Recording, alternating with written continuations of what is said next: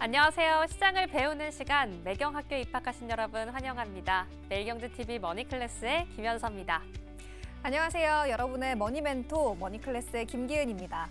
단순한 뉴스, 그 너머 돈이 흐르는 원리, 시장이 움직이는 배경, 그리고 내 자산을 키워가는 지혜를 함께 나눕니다. 투자 어렵다고만 느껴지셨나요? 머니클래스와 함께라면 다릅니다.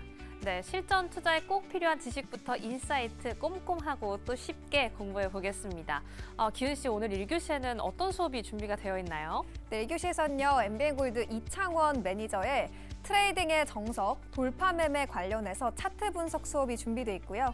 2교시에서는 LS증권 리서치센터 우혜영 연구원의 연준 9개월 만에 금리 인하, 한은도 따라갈까 수업이 준비되어 있습니다.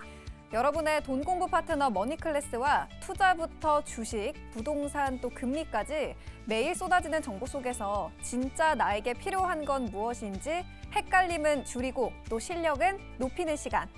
기초부터 탄탄하게 실전까지 똑똑하게 차근차근 한 걸음씩 공부하는 머니클래스, 지금 바로 시작합니다.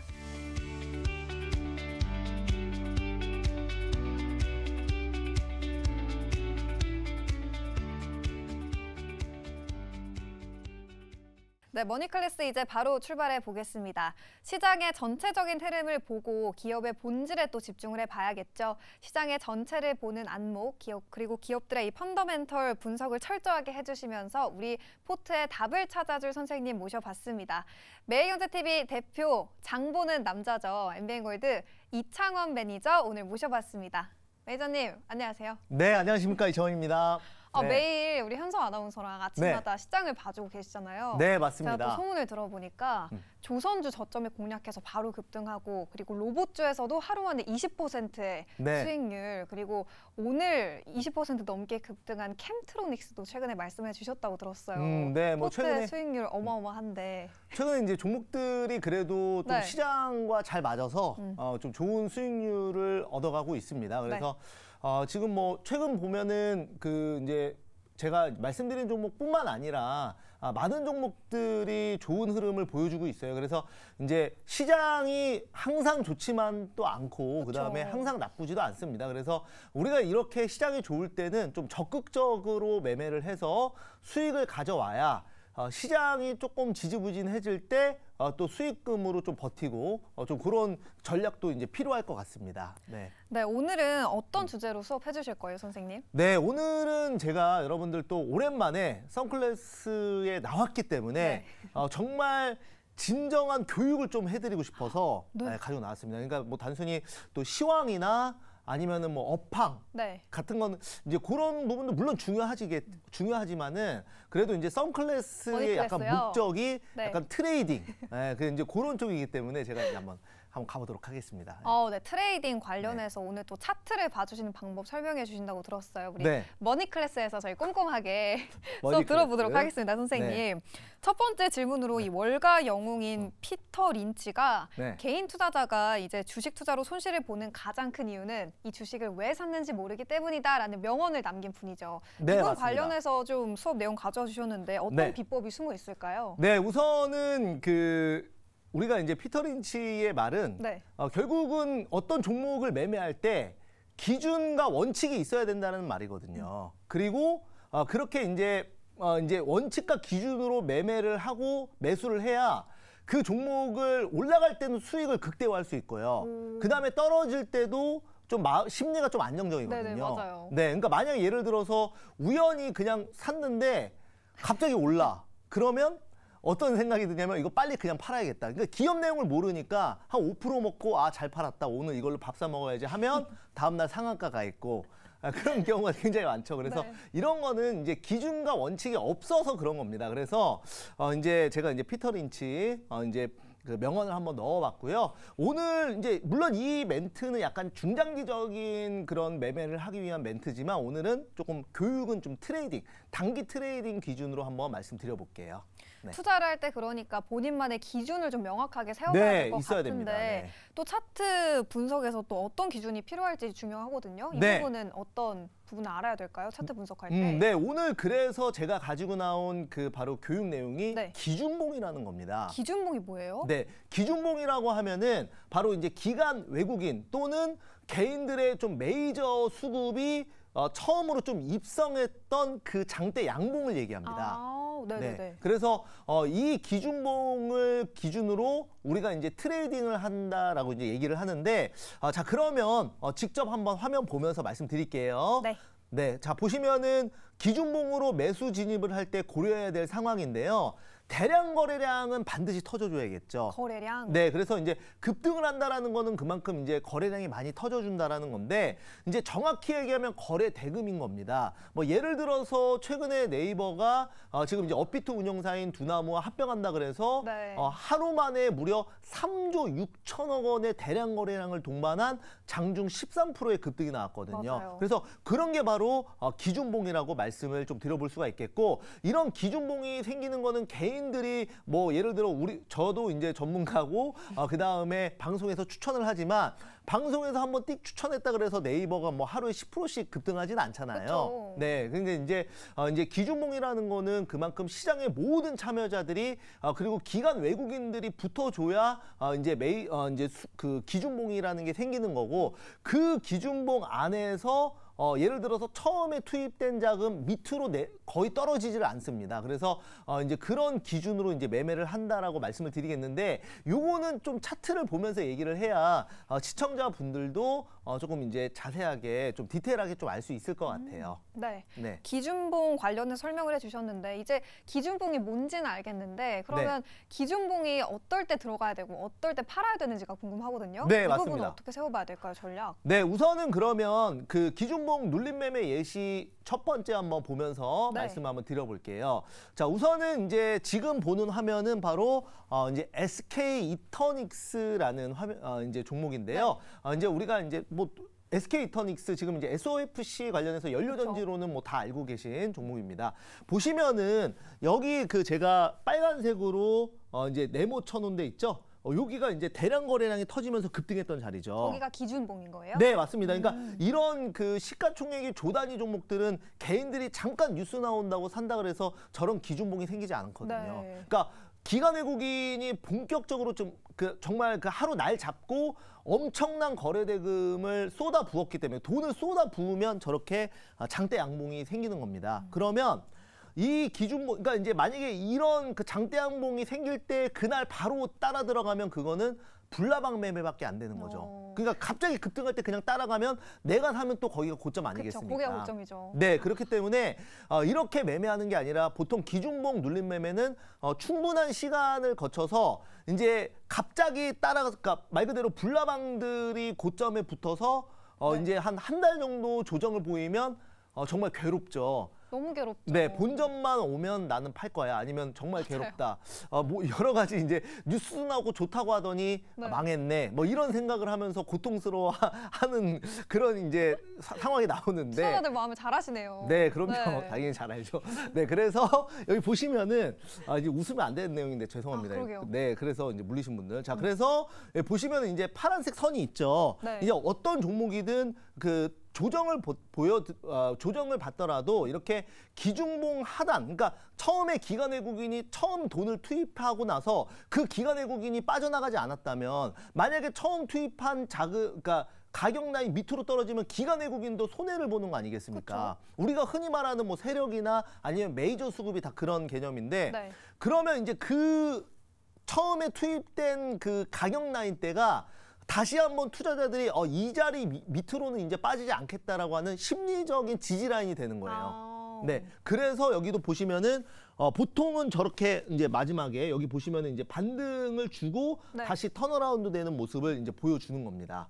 네, 그래서 이런 라인에서 하시면 좋을 것 같고요. 그 다음에 뭐 이것도 마찬가지입니다. 여기 보시면 이건 이제 네이버 차트라고 말씀을 좀 드려볼 수가 있겠는데요. 네이버가 저렇게 이제 빨간 박스 안에서 크게 급등했을 때는 네. 이제 올해 6월 달에 이제 스테이블 코인 맞아요. 이슈 있을 때 급등했던 건데, 그리고 나서 거의 뭐 한 3개월 조정을 받다가 최근에 보시면 이것도 마찬가지예요.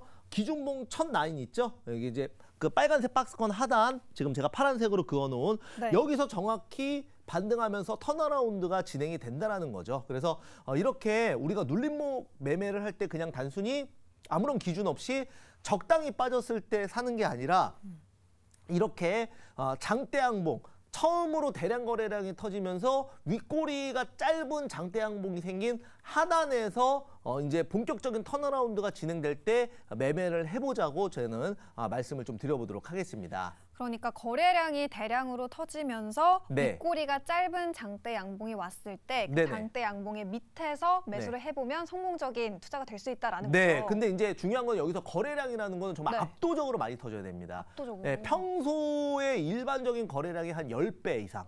네, 터져줘야 됩니다. 그래야 그러니까 이제 그냥 보면 알아요. 이제 밑에가 이제 거래량인데 네네. 바로 직전 거래량 대비해서 거의 뭐 10배 정도 터진 지금 자리거든요. 그래서 그렇게 좀 보시면 좋을 것 같고요. 네. 이런 기준봉을 이용한 이제 돌파 매매도 이제 여기서 보실 수가 있습니다. 돌파 매매요? 네네. 이건 그래서 어떤 다음 거예요? 화면 한번 볼까요? 네. 보시면은 지금 이 기준봉, 그러니까 직전 매물대를 돌파하면서 장대 양봉이 생기면 그 다음에는 그 직전 매물대가 지지 라인이 됩니다. 그래서 제가 이제 파란색 선을 그어놨는데 네. 지금 이런 자리에서만 그러니까 직전 매물대를 돌파하면서 장대 양봉 생길 때 그 자리에서 같이 매수가 들어가는 게 바로 이제 돌파 매매라고 하는 겁니다. 네, 그래서 그러니까 직전 매물대, 그러니까 매물대를 돌파할 때 사서 그래서 돌파 매매인 거예요.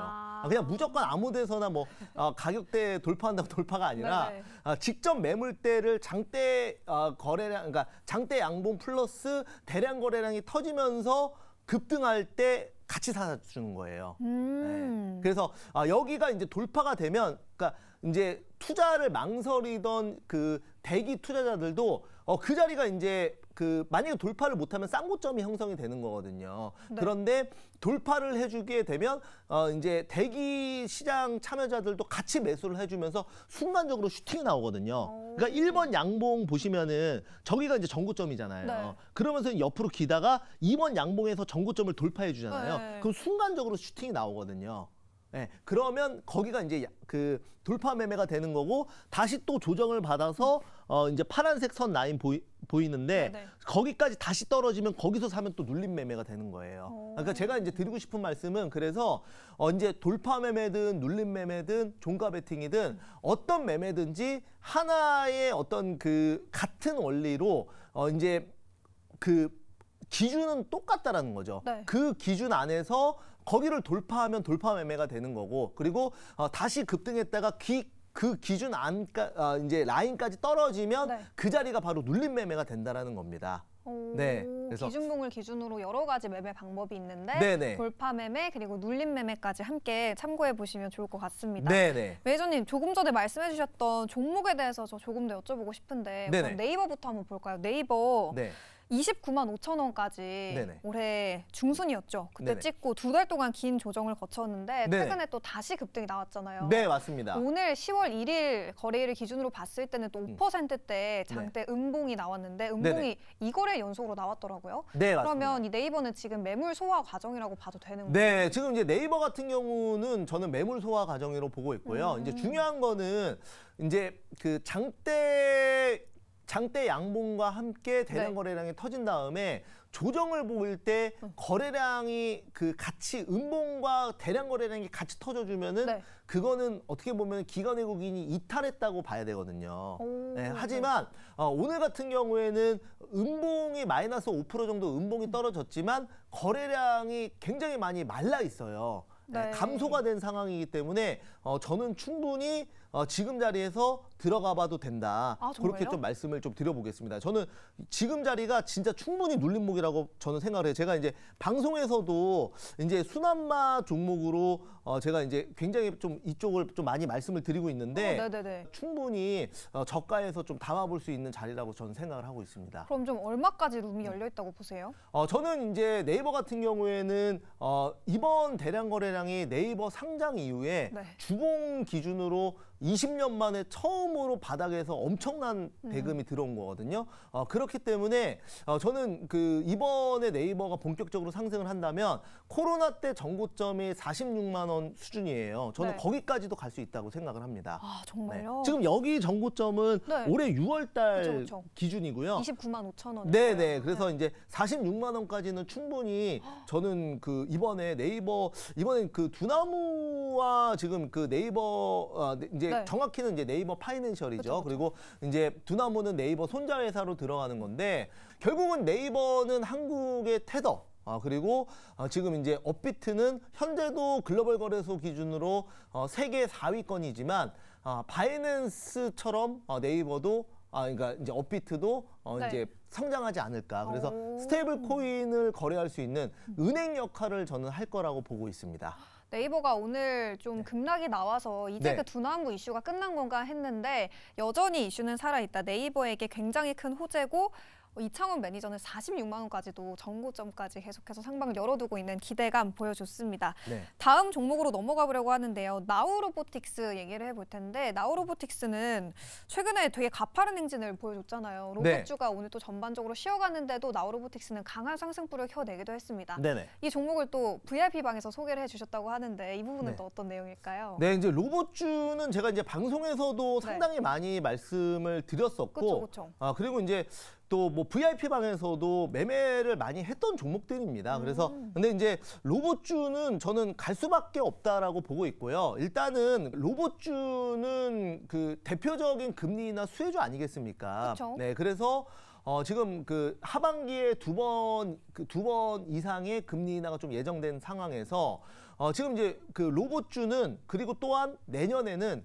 앨런 머스크가 최소 연 10만 대 이상의 옵티머스 로봇을 생산하겠다고 지금 밝힌 상황이에요. 그렇기 때문에 이런 매크로적인 환경도 너무 좋다. 그래서 우리가 과거에 이제 전기차 그 배터리 같은 경우에도 본격적으로 이제 전기차가 도입되기 시작한 5년 전부터 이제 에코프로나 이런 종목들이 바닥에서 한 50배씩 올랐거든요. 그래서 로봇주도 뭐 최근에 이제 조금 올랐지만 이제부터 시작이라 저는 그렇게 보고 있고 나우로보틱스도 지금 이제 9월 12일 날 상한가 간 이후에 현재는 그 가격 어떻게 보면 이제 기간과 가격 조정을 받고 있는데 네. 다시 한번 추가 급등이 나올 수 있다라고 저는 보고 있습니다. 다음 종목도 한번 보도록 할까요? LNC 바이오도 준비해 주셨는데 네네. 이 부분에서는 또 어떤 매매 방법 배워볼 수 있을까요? 네, LNC 바이오 한번 보도록 할게요. 네.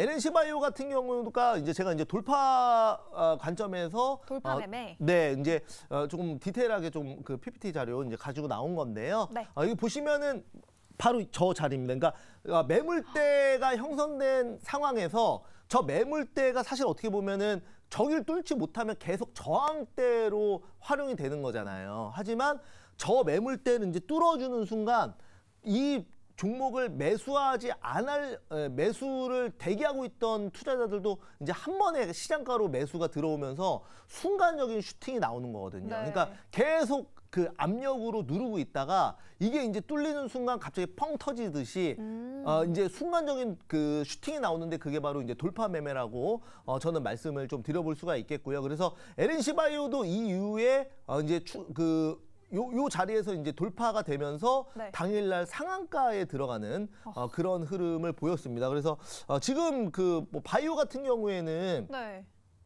제가 봤을 때는 현재도 뭐 추가로 더 급등할 수 있다라고 보고 있고 LNC 바이오요? 네, LNC 바이오는 저는 더 갈 수 있다고 봐요. 지금 이제 진짜요? 차트상으로 저 지금 분봉으로만 봤는데 네. 요 자리가 일봉상으로 보시면은 일봉상으로 한번 그 차트 한번 보면은 여기거든요. 네, 제가 이제 일봉으로 보면 더 한번 차트 한번 볼게요. HTS. 자, 보시면은 지금 이제 자 바로 이게 빨간 선으로 그었던 여기입니다. 그래서 지금 여기가 몇 번을 그 돌파를 시도했지만 뚫리지 않았던 자리입니다. 그러니까 36,000원 정도. 하지만 충분히 이제 매집이 되고 나서 지금 이 자리가 뚫리니까 바로 이렇게 이제 당일 상한가를 가는 모습을 네. 보였고 그 다음에 이게 이제 신고가거든요. 그래서 이제 위에 매물대가 없으니까 네. 이런 식으로 이제 가는 거예요.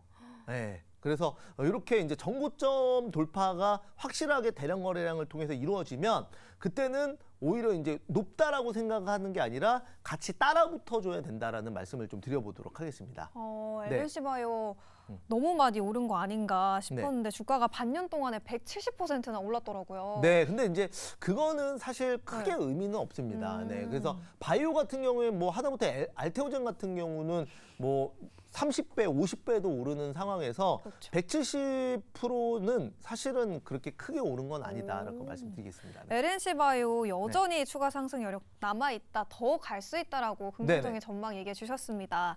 매니저님, 저희 기준봉 기준으로 많이 매매하는 두 가지 상황 개념 부분에서 다시 한번 설명을 듣고 싶은데 이 두 가지 상황 좀 어떤 건지 개념적으로 설명해 주시죠. 네, 우선은 이제 눌림 같은 경우에는 이제 기준봉을 이제 기준으로 이제 주가가 영원히 계속 오를 수만은 없으니까 이제 한번 눌림이 오게 되는데요. 다시 한번 말씀드려볼게요. SK 이터닉스 한번 차트 그 HTS로 직접 보면서 말씀을 드려볼게요. 자, 여기 보시면은 이렇게 장대 양봉과 대량 거래량이 터지고 그 다음에 이제 항상 시장에서는 이렇게 이제 급등할 때는 시장에 관심이 많지만 한 2달 조정 받으면 이제 개인들이 다 이제 손절하고 나가거나 시장에서 관심이 떨어지죠. 하지만 이제 그러면 그냥 이런 자리에서 막 사면 이제 우리가 물리는 자리이기 때문에 이제 저가 매수를 하더라도 항상 기준이 있어야 된다는 거죠. 그게 바로 이런 장대양봉 하단 자리라는 겁니다. 그래서 이런 자리 여기서 매수를 하면은 이렇게 턴어라운드로 이렇게 이제 다시 한번 이제 추가 반등을 하면 이게 이제 얼마 안 되는 것 같지만 한 20% 정도 저가에서 올라온 거거든요. 그래서 이런 자리에서 우리가 매매를 해야 된다라고 말씀드리겠고요. 그 다음에 요즘에 이제 시장에 관심이 많은 네이버 같은 경우 다시 한번 말씀을 드려본다면, 자, 네이버도 보시면은 지금 그 여기 보시면은 지금 장대양봉과 자 여기 보시죠. 여기 대량 거래량. 네, 대량 거래량이 터지고 나서 오늘 이제 조정을 보이고 있는데요. 하지만 조정이 나오더라도 저는 한 25만 원 수준에서는 단기 반등 충분히 나와줄 수 있다고 보거든요. 그래서 여기 이제 보시면은 장대양봉이 생기면서 매물대를 뚫어준 자리가 25만 원 기준이에요. 그래서 여기서 제가 봤을 때는 충분히 반등 나올 수 있다 이렇게 말씀드리겠습니다. 시간 관계상 이 정도 말씀드리고 제가 또 공개 방송을 통해서 여러분들 추가적인 내용들 좀 많이 말씀드리도록 할게요. 네. 돌파 매매 관련해서도 듣고 싶은데 간략하게 돌파 매매는 이제 어떤 건지 좀 개념 간략하게 설명해 주시죠. 네네. 이제 돌파 매매라는 거는 이제 매물대, 그러니까 말 그대로 이제 매물대라는 거는 기존의 투자자들이 그 자리에 이제 물려 있다라는 거예요. 손실을 보고 내가 이제 본전 오면 팔 거야라고 하는 자리가 바로 매물대 자리거든요. 그런데 그 매물대를 대량 거래량을 동반한 급등이 나오면서 거기를 뚫어줬다라는 거는 기존에 있던 투자자들이 이제 본전 오면 팔 거 아닙니까? 그런데 그 자리를 지금 이제 완전히 대량 거래량을 돌파시켰다는 거는 그 매물을 다 받았다라는 거예요. 누군가가. 그러니까 기관 외국인이 개인들이 물렸던 물량을 전부 다 받았다라는 내용이기 때문에 그거는 이제 앞으로 기관 외국인이 그만큼 손해를 보면서 물량을 받아줬다라는 거는 더 가겠다라는 의미입니다. 그래서 그 매물대 자리를 돌파시킨다라는 거는 그만큼 앞으로 더 갈 수 있는 힘이 있다라는 거를 말씀을 좀 드려보도록 하겠습니다. 네, 오늘 트레이딩 관련해서 돌파 매매 그리고 눌림목 매매까지 여러 매매 방법 그리고 투자 전략 함께 세워봤고요. 시간 관계상 저희가 종목에 대한 이야기 더 듣고 싶은데 어디로 가면 좀 오랫동안 투자 전략 더 많이 들어볼 수 있을까요, 선생님? 네, 지금 이제 뭐 공개 방송뿐만 아니라 또 네이버 밴드를 통해서 여러분들 많은 이야기들 그리고 이제 투자 인사이트 많이 공개를 해드리고 있는데요. 포털 사이트에 이창원 밴드 검색하시면 나옵니다. 그래서 현재도 지금 매일경제에서 또 가장 많은 분들 지금 현재 밴드 인원으로는 최다 인원이 지금 제가 이제 보유를 하고 있거든요. 그래서 지금 현재도 많은 분들이 제 밴드를 통해서 투자 도움 받고 있으니까 여러분들 많은 또 도움 그리고 참여 부탁드리도록 하겠습니다. 네, 종목을 고를 때는 기업의 펀더멘털적인 부분뿐만이 아니라 차트적인 기술적인 분석도 굉장히 중요할 텐데 그 부분 한 번에 이창원 매니저의 네이버 밴드 그리고 무료 방송에서 전략 세워보실 수 있습니다. 저희는 또 다음 시간에 좋은 투자 정보와 함께 돌아오도록 하겠습니다. 오늘 말씀 고맙습니다, 선생님. 감사합니다.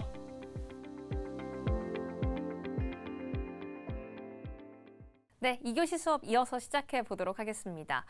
미국 연준이 드디어 올해 첫 금리 인하를 단행했습니다. 이제 올해 안에 추가적인 금리 인하는 또 언제 나올 것인지에 시장의 이목이 집중되고 있는데요. 또 우리나라는 미국과 발맞춰서 금리를 어떻게 가져갈 것인지도 다시 한번 고민거리로 화두가 올라오고 있습니다.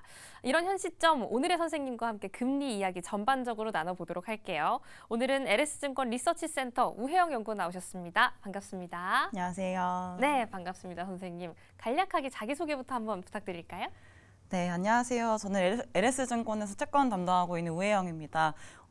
오늘 좀 말씀드릴 주제는 한국하고 연준, 미국 통화정책 관련해가지고 말씀을 드리고자 하고요. 네. 최근에 연준 통화정책 어떻게 될지, 한국은행 통화정책 어떻게 될지 많이 궁금해하시잖아요. 네. 관련해가지고 머니클래스에서 재밌게 풀어보도록 하겠습니다. 네, 오늘 CG를 통해서도 정리돼서 나가고 있습니다. 연준이 앞서 오프닝에서도 풀었던 것처럼 언제 내릴까 하고 있었는데 9개월 만에 금리 인하가 나왔잖아요. 네. 과연 우리나라는 또 금리를 어떻게 가져가게 될 것이고 또 앞으로 연준은 또 금리를 어떻게 가져가게 될 것인지도 쉽게 공부해 보도록 하겠습니다. 쉽게 공부를 한다라고 말씀을 드렸는데 그래서 쉽고 재미있는 사진 자료를 저희 작가님이 또 준비를 해주셨어요. 한번 칠판 통해서 보실까요? 지금까지 역대 의장을 맡았던 사람들과 금리의 향방이 어떻게 좀 옮겨갔는지를 쉽고 재미있게 풀어놓은 그림인데요. 미국의 유명 금융 리서치 기업이죠. 해지아이가 2018년 초에 내놨던 그림입니다. 일단 맨 왼쪽에 있는 의장은 폴 볼커 의장이죠. 의장에 임하자마자 정책금리를 20% 확 올려버렸잖아요. 인플레이션을 해결하겠다라고 이야기를 하면서 그리고 지금까지 역대 의장들의 키와 비례해서 지금까지의 정책금리가 어떻게 좀 옮겨갔는지에 대한 추이를 나타낸 그래프인데요. 선생님은 이 재미있는 그림 어떻게 보셨는지 그리고 지금까지 연준이 갖고 갔던 정책금리의 역사 어떻게 보셨는지 궁금합니다.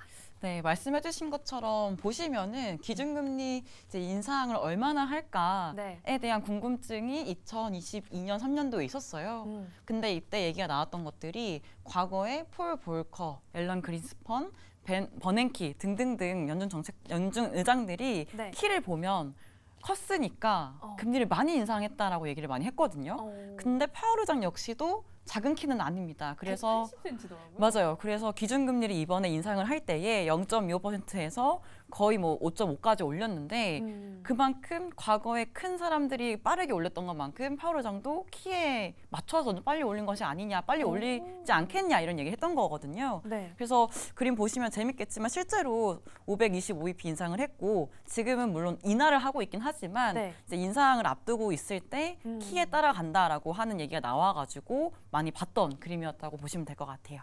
그러면 선생님은 어떻게 생각하시는지 궁금해요. 지금까지 이렇게 사진에 네. 나와 있는 인물들도 한 명씩 짚어서 설명을 해주셨는데 키를 또 찾아보니까 맨 왼쪽에 있는 제가 처음에 언급했던 사람은 2m 정도가 네, 된다라고 엄청 커요. 하고요. 네. 폴 볼커 의장은 2m 정도가 된다고 하고 앨런 그린스펀 180cm입니다. 제롬 파월 의장과 키가 비슷하죠.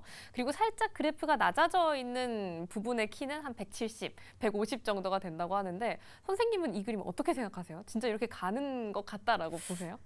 끼워 맞추기였던 거죠. 사실 뭐 키랑 사실 기준금리 정책 결정이랑은 사실상 뭐 이렇게 중요한 관계가 없지만 네. 그래도 저희가 인상을 앞두고 있을 때 이제 당장 인플레이션이 상승을 하고 있었고 그 물가가 거의 뭐 코로나 팬데믹 이후에 2%를 뚫고 올라가고 있었는데 연준이 금리 인상을 안 하고 싶어 했어요. 왜냐면은 일시적인 물가 상승이다, 트랜지토리다. 이제 물가가 올라간 거는 뭐 유가라든지 아니면은 여러 가지 공급망 쪽에 대한 이슈가 조금 작용을 하면서 물가가 올라간 거지. 실질적으로 경제가 또는 수요 측 물가 압력이 세지 않다. 쉽게 말해서 물가가 일시적인 요인 때문에 상승을 한 거고 네. 시간이 지나면은 물가가 다시금 상승률이 빠질 거다. 굳이 연준은 안 바꿔도 된다 이런 얘기를 했었거든요. 네. 근데 러시아 우크라이나 전쟁 터지고 유가 급등을 하고 네. 유가뿐만 아니라 여타 원자재 가격 급등을 하면서 이제 물가 상승률이 2%를 뚫고 막 더 올라가기 시작을 한 거예요. 그러면서 금리 인상이 필요하다. 일시적인 물가 상승이 아니다라는 인식이 나오기 시작을 하면서 그럼 어디까지 금리를 인상을 할까 이런 얘기 했던 거죠. 근데 이 당시와 비슷하게 비교가 됐던 것들이 7, 80년대 볼커 의장 때랑 많이 비교가 네. 됐었거든요. 근데 말씀 주신 것처럼 볼커 의장 키가 굉장히 크잖아요. 2m요. 근데 거의 20% 가깝게 이제 금리를 올렸기 때문에 물론 이제 키를 따라가는 건 아니지만 그만큼 물가를 잡기 위한 시급성이 높아진 만큼 빠르게 인상을 할 거다. 근데 또 보니까 키가 작지 않잖아요, 파월 의장도. 그러니까 좀 가파르게 올리는 그 모습들을 보면서 키에 좀 빗대서 얘기를 했다. 좀 재밌게 얘기하고자 이제 그림이 나왔다고 보시면 될 것 같아요. 실제 연관은 없죠. 네. 일단 연준은 자신들이 이야기하는 것처럼 정말 지표를 보고 움직이니까요. 그쵸. 일단 키 자체는 좀 재미있는 그림 정도로 이해를 해주시면 좋을 것 같은데 현재 연준 이사들을 좀 여쭤보고 싶어요. 이렇게 연준 이야기가 계속 나오고 금리 인하가 나오면 사실 저희가 어느 방송을 틀더라도 좀 대두가 되는 게 연준 위원들의 이름이란 말이에요. 네, 이 사람은 또 이런 이야기를 내놨고 저 사람은 이런 이야기를 내놨고 매파, 비둘기파 이런 이야기도 많이 나오는데 사실 미국 증시나 아니면 미국 뉴스를 좀 덜 접하신 분들은 이런 단어가 되게 생소하실 것 같아요. 일단 좀 연준 이사가 되는 과정은 트럼프 대통령이 이렇게 선출을 하고 상원을 통과를 하면 연준 이사에 들어갈 수 있는 거다라고 알고 있는데 이게 구체적으로 좀 어떻게 조직이 되어 있는지 먼저 짚어주실까요? 네, 많이들 헷갈려 하시는 게 연준 이사 그리고 네. 연준 위원들이 좀 헷갈려 하시는 것 같아요. 사실 연준은 구성이 여러 가지가 있는데 이사회가 또 구성이 되어 있습니다. 이사회는 7명으로 구성이 되어 있고 이 이사들은 매 회의마다 투표를 할 수 있는 권한이 있어요.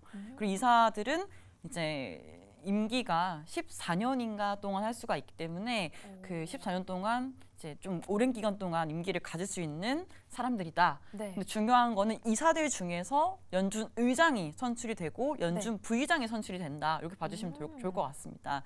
현재 연준 이사들 그림 뭐 보여주고 계시지만 7명 중에서 제가 표시를 좀 해드렸어요. 빨간 색깔 표시가 되어 있는 사람들, 파란 색깔 표시가 되어 있는 사람들이 있는데 파란 색깔은 민주당 정권, 바이든 행정부 또는 오바마 대통령 때 지명을 당한 사람들이고 빨간 색깔은 트럼프 행정부 때 지명이 된 사람들인데 한눈에 보시더라도 지금 좀 트럼프가 그러네요. 지명한 사람들이 많다라는 거죠. 한 명 더 많네요. 네, 이게 왜 중요한가라고 했을 때 최근에 기사를 많이 보였을 겁니다. 트럼프 대통령이 마이런 이사를 이제 연준 이사에 이제 좀 지명을 해가지고 넣었다.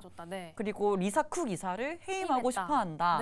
이런 얘기가 많잖아요. 맞아요. 그 이유가 말씀드렸던 것처럼 연준 이사들 7명은 무조건적으로 투표권을 갖고 있기 때문에 금리를 내릴지 올릴지 결정을 할 때에 7표가 일단은 이제 트럼프 대통령 입장에서는 좀 과반 넘게를 좀 확보를 하고 싶어하는 그런 취지에서 이사들을 좀 자기 입맛에 맞게 좀 이렇게 구성을 하고 싶어하는 그런 좀 모습을 보이고 있어가지고 도대체 이사회가 뭔데, 이사가 뭔데 그렇게 난리냐라는 얘기가 많이 나오고 있는 거고 이제 이사들 보시면 아까 말씀 주셨던 것처럼 4명이 지금 트럼프 대통령과 연관이 있는 사람들이잖아요.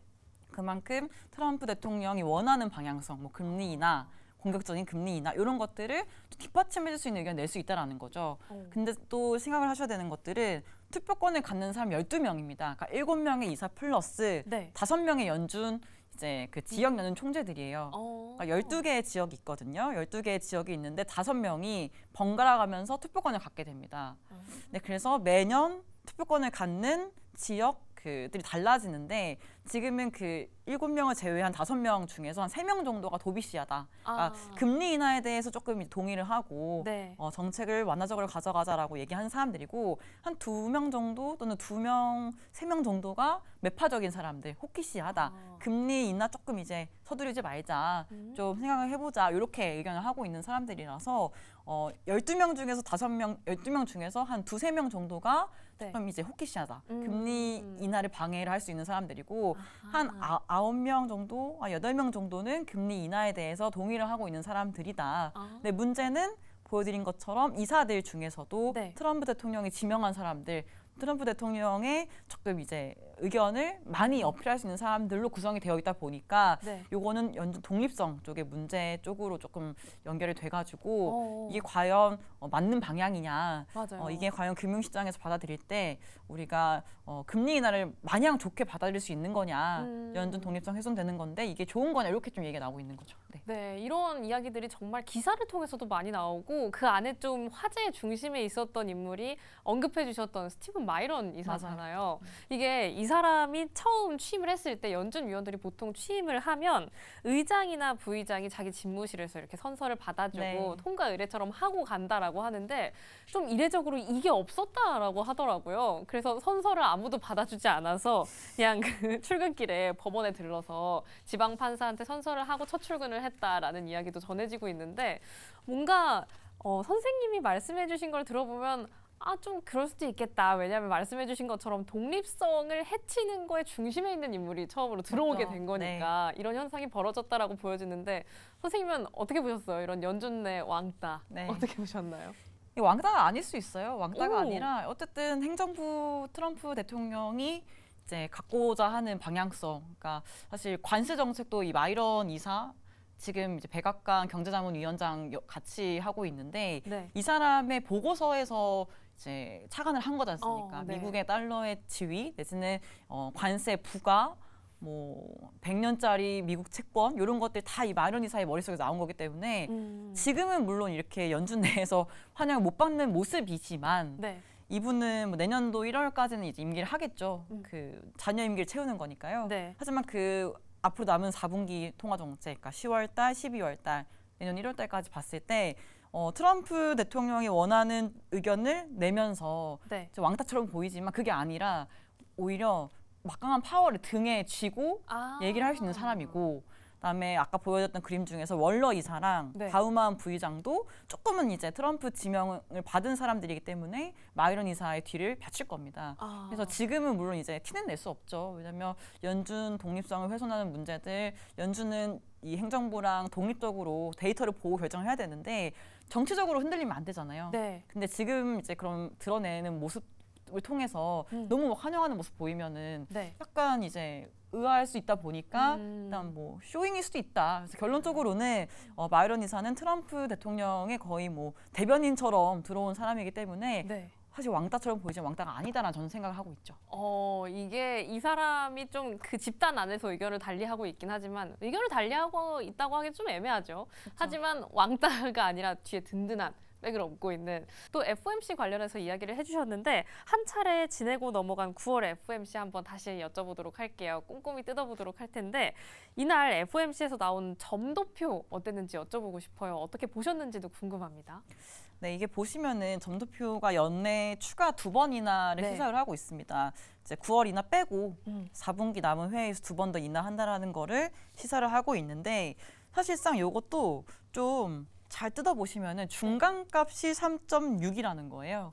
어떻게 계산하시면 되냐면은 점을 위아래로 하나씩 소거를 하시면 됩니다. 그러니까 소거를 하시다 보면은 가운데 남는 점이 하나 남잖아요. 그게 3.6이라는 거라서 이 얘기 즉슨 다수가 추가로 2번 인하하는 것들에 대해서 동의하고 있는 건 아니다. 그러니까 보시면 좀 밑에 있는 건 마이런 이사일 거고요. 그다음 위에 있는 거는 뭐 지금 예상하건대 쿡 이사라든지 아니면은 좀 매파적인 해맥 총재 같은 사람들일 것 같은데 소거를 해 나가 보면은 한 명 정도가 더 많은 거예요. 나머지는 한 번 인하하고 그만하자.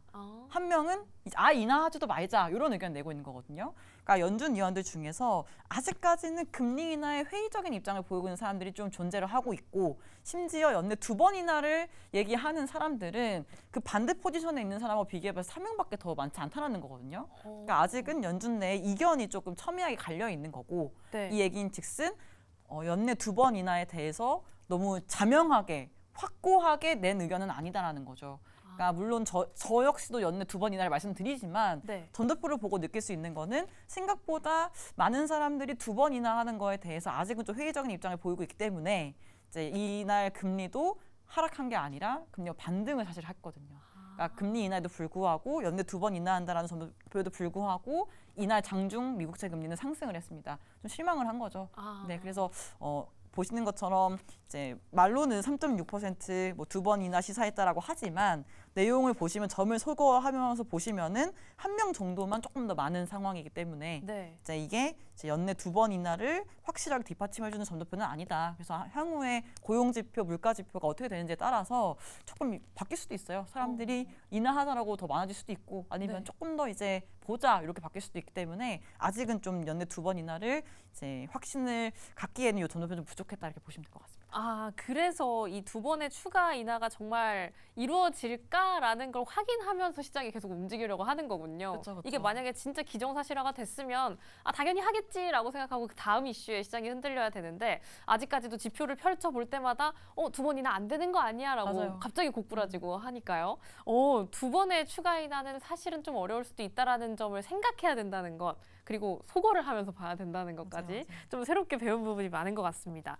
그럼 그렇기 때문에 앞서서도 한번 언급을 해주셨던 10월의 FOMC도 한번 여쭤보고 싶어요. 이런 이야기가 9월의 FOMC에 나왔고 점도표까지 확인을 해봤는데 그럼 저희는 10월 FOMC에서의 봐야 할 관전 포인트가 뭘까요? 그러니까 10월은 사실 좀 애매한 게 뭐냐면은 이런 데이터가 없습니다. 점도표는 3월, 6월, 9월, 12월에 발표가 되고 나머지 이제 회의에서는 그냥 연준 파월 의장이 무슨 얘기를 했는지 성명문의 변화가 있었는지 이런 걸 좀 보셔야 되는데 네. 그렇기 때문에 이제 10월달 회의에서는 뭐 추가적인 뭔가 향후 방향성을 이런 데이터로 볼 수는 없고 파월 의장의 발언을만 좀 주시를 해야 된다. 근데 문제는 뭐냐면 미국 셧다운이 이제 된 맞아요. 게 이제 10월 1일이죠. 네. 10월 1일인데 뭐 지금까지 이어져 있는지는 잘 모르겠지만 10월 1일이기 때문에 그 문제는 물가지표, 고용지표를 과연 이제 계획대로 발표를 하겠냐라는 거죠. 이제 데이터를 봐야 되는데 만약에 좀 셧다운 때문에 차질이 생기고 데이터를 확인을 못한다라고 하면은 연준도 이제 통계를 못 보는 거예요. 그 연방정부가 또 이제 문을 닫고 운영을 안 하는 기관들이 생기는 거기 때문에 데이터를 못 보고 통화 정책을 펼쳐야 된다. 그럼 과연 연준이 어떤 거를 근거로 해서 금리 인하를 가져가겠냐라는 거죠. 그래서 아까 말씀드렸던 것처럼 이미 점도표에서도 2번 인하에 대한 확신이 없는 상황인데 네. 데이터까지 고용 데이터나 물가 데이터까지 제대로 공표가 안 될 경우에는 10월 금리 인하를 과연 우리가 기대해 볼 수 있냐라는 문제가 또 발생할 수 있기 때문에 이제 10월 FOMC 전에 요 데이터들이 잘 나오는지, 그러니까 물가 데이터, 고용 데이터 잘 나오는지 보셔야 될 것 같고 네. 아마도 이제 FOMC가 방송 기점 보면 그 다음 주에 이제 개최가 될 예정인데 23일 새벽에 될 예정인데 이 회의 전까지 데이터를 원만하게 확인이 되는지 여부를 먼저 보셔야 10월 인하를 기대해 볼 수가 있겠다. 만약에 데이터가 셧다운이 장기화되면서 좀 안 될 경우에는 인하 사실 어려울 수도 있다라고 네. 생각하시면 될 것 같아요. 진짜 셧다운이 만약에 단행이 되면 지표를 아예 볼 수가 없게 되니까요. 네. 이 부분도 한번 이슈 체크가 필요하겠습니다. 네, 하나 또 첨언 해드리자면 네. GDP도 또 생각보다 잘 나오고 맞아요. 있는 상황이다 보니까 과연 미국 경제 흔들리고 있는 게 맞냐 이런 게 그러니까요. 있거든요. 그래서 그런 식으로 지표가 잘 경제가 나올 때마다. 잘 나오고 있는 상황에서 고용지표, 물가지표가 없다? 그러면은 굳이 인하를 해야 되냐라는 얘기를 할 수 있는 거죠. 이 그냥 매파적인 사람들은. 그냥 10월을 떠나보낼 수도 있는 그렇게 될 수 거군요. 있는 상황이죠. 그러면 더 저희가 확인해야 될 지표가 목말라지는 상황입니다. 이게 사실은 셧다운이라는 단어가 없을 때는 그냥 어떻게 나오려나였는데 이제 맞아요. 나오긴 하려나를 생각해봐야 하는 시점이니까요. 그럼 마무리하면서 이 질문은 꼭 드려봐야 할 것 같아요. 앞서서 연준의 독립성도 언급을 해주셨는데 파월 의장의 임기가 또 얼마 남지 않았잖아요. 내년 5월이면 이제 임기가 종료가 되는데 네. 그 이후의 통화 정책은 어떻게 전망하시는지 궁금해요. 파월 의장을 too late 파월이다라고 좀 공개적으로 저격을 해왔던 트럼프 대통령이고 또 앞서 리사쿡 연준 이사도 언급을 해주셨는데 그 전엔 파월 의장이 있었잖아요. 너 해임시킨다 이런 이야기를 계속 해왔던 대통령이기 때문에 해임이 아니라 정말로 그 의장직에서 물러나게 되면 그 이후에 연준은 자신들만의 독립성을 좀 어떻게 가져갈 것이고 이후의 정책 방향은 어떻게 볼 거라고 어떻게 될 거라고 보시는지 궁금합니다. 일단 파월 의장의 의장 임기가 내년 5월까지라고 보시면 좋을 것 같고요. 네. 이사 임기는 남아 있습니다. 아까 제가 말씀을 드렸던 게 연준 이사 14년 할 수 있다. 그리고 연준 의장직은 이제 4년마다 이제 재임을 할 수 있는 거였는데 이미 네. 재지명이 돼서 4년을 하고 있는 거예요. 그러면은 4년이 끝나는 게 내년 5월이고 네. 나머지 2028년도 1월까지는 이사직은 갖고 있다는 거죠. 이 7명의 이사 중에 1명으로서 투표를 할 수 있는 거예요. 그래서 만약 제가 파월 의장이라면 끝까지 남아서 이제 반대를 할 것 같아요. 인하 뭐 반대하고 데이터가 괜찮지 않냐 하면서 기분 상했으니까 미스터 투 레이셜 했으니까 네. 사람 좀 기분 나쁘잖아요. 그러니까 데이터가 받쳐준다면은 반대표를 던지면서 남아 있을 수 있을 것 같긴 한데 네. 또 일각에서는 변호사 출신이기도 하고 굳이 이제 이사회에 남아 있겠냐라는 얘기를 하고 있는 거죠. 그러면 발생하는 문제는 이 파월의장이 떠나는 이사 자리 하나 남았고 네. 리사쿡 이사 해임권 아직 어떻게 될지 몰라요. 그러면 네. 2명의 이사를 또 트럼프가 이제 지명할 수 있는 상황이 되는 거거든요. 그러면은 이제 파월 의장, 리사쿡 이사 자리에 또 트럼프 대통령이 원하는 사람, 그리고 이미 마이런 이사, 월러 이사, 또 바흐만 부의장 같은 경우에는 이미 네. 트럼프의 조금 이제 편에 서 있는 사람들, 그럼 7명 중에서 한 5명, 6명은 또 트럼프 대통령이 이제 희망하는 네. 이 사람으로 이제 또 이렇게 채워 넣을 수 있는 상황이 올 수 있기 때문에 그러면은 사실상 시장은 금리 인하 조금 더 많이 하겠구나. 공격적인 금리 인하에 대해서 이사들은 동의하겠구나. 이렇게 생각하겠죠.